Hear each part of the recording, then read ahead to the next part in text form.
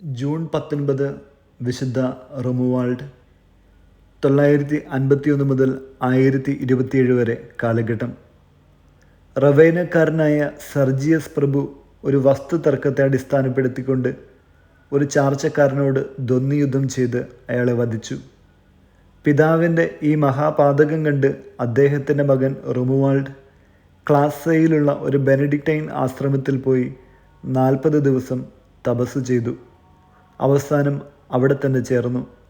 അദ്ദേഹത്തിൻ്റെ മാതൃകാ ജീവിതം ഇതര സന്യാസികൾക്ക് ഒരു ശാസനം പോലെ തോന്നിയതിനാൽ അദ്ദേഹത്തിൻ്റെ കഥ കഴിച്ചാൽ എന്താണെന്ന് ചിലർ വിചാരിക്കുന്നതായി റൊമുവാൾഡ് മനസ്സിലാക്കി. തന്നിമിത്തം ക്ലാസ്സെ ആശ്രമത്തിൽ 7 വർഷമേ താമസിച്ചുള്ളൂ. കൂട്ടുകാർക്ക് അസൗകര്യമുണ്ടാകാതിരിക്കാൻ വേണ്ടി ആബട്ടിൻ്റെ അനുവാദത്തോടുകൂടെ വെനീസിൽ പോയി മരീനൂസ് എന്ന ഒരു ഉത്തമ സന്യാസിയോടുകൂടെ അദ്ദേഹം തപോജീവിതം നയിക്കുവാൻ തുടങ്ങി. വെനീസിൽ താമസിച്ചുകൊണ്ടിരിക്കുമ്പോൾ ആ നാട്ടിലെ ഒരു പ്രഭു പീറ്റർ ഉർസോലൂസ് റൊമുവാൾഡിൻ്റെ ജീവിതചര്യ സ്വീകരിച്ചു. പിശാച് പല പരീക്ഷകളും ഉളവാക്കി. എല്ലാം അതിജീവിച്ച് റൊമുവാൾഡ് മുന്നേറി. യാതൊരു മർത്തിനെയും റൊമുവാൾഡിനെ പോലെ ഭയപ്പെട്ടിരുന്നില്ലെന്ന് ആ പ്രദേശത്തെ രാജാവായിരുന്ന റെയ്നേരിയൂസ് സമ്മതിച്ചിട്ടുണ്ട്.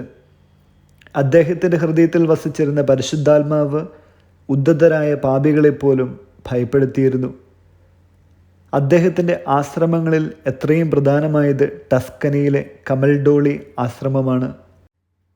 1009 സ്ഥാപിച്ച ആ ആശ്രമം കമൽഡോളി സഭയുടെ ആസ്ഥാനമായി.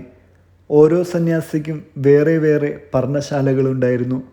അവയിൽ ഓരോരുത്തർക്കും ഭക്ഷണം എത്തിച്ചു കൊടുത്തിരുന്നു. അവയെ വലയം ചെയ്യുന്ന മതിലിന് പുറമെ ആർക്കും പോകാൻ പാടില്ലെന്നായിരുന്നു നിയമം. 12 കൊല്ലത്തോളം നിശിതമായ ആ ഏകാന്തതയിൽ ജീവിച്ചു. 70-ാമത്തെ വയസ്സിൽ അദ്ദേഹം വിശുദ്ധിയിൽ നിര്യാതനായി.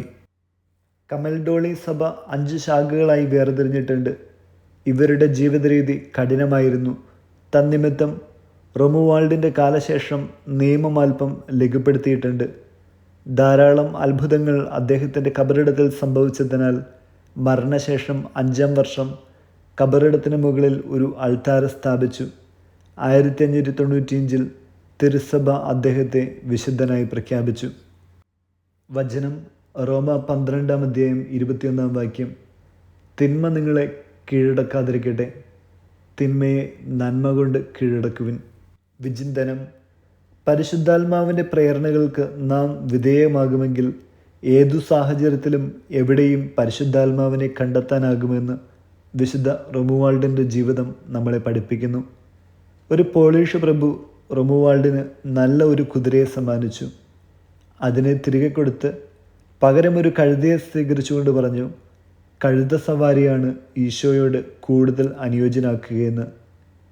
വിശുദ്ധ റൊമുവാൾഡ് സാധാരണയായി ഇങ്ങനെ ചൊല്ലിയിരുന്നു: പ്രിയ ഈശോ, എൻ്റെ പ്രിയ ഈശോ, അവാച്യമായ എൻ്റെ ആഗ്രഹമേ, എൻ്റെ ആനന്ദമേ, മാലാഖമാരുടെ സന്തോഷമേ, വിശുദ്ധരുടെ മാധുര്യമേ. ദൈവത്തോട് നമുക്ക് പ്രാർത്ഥിക്കാം.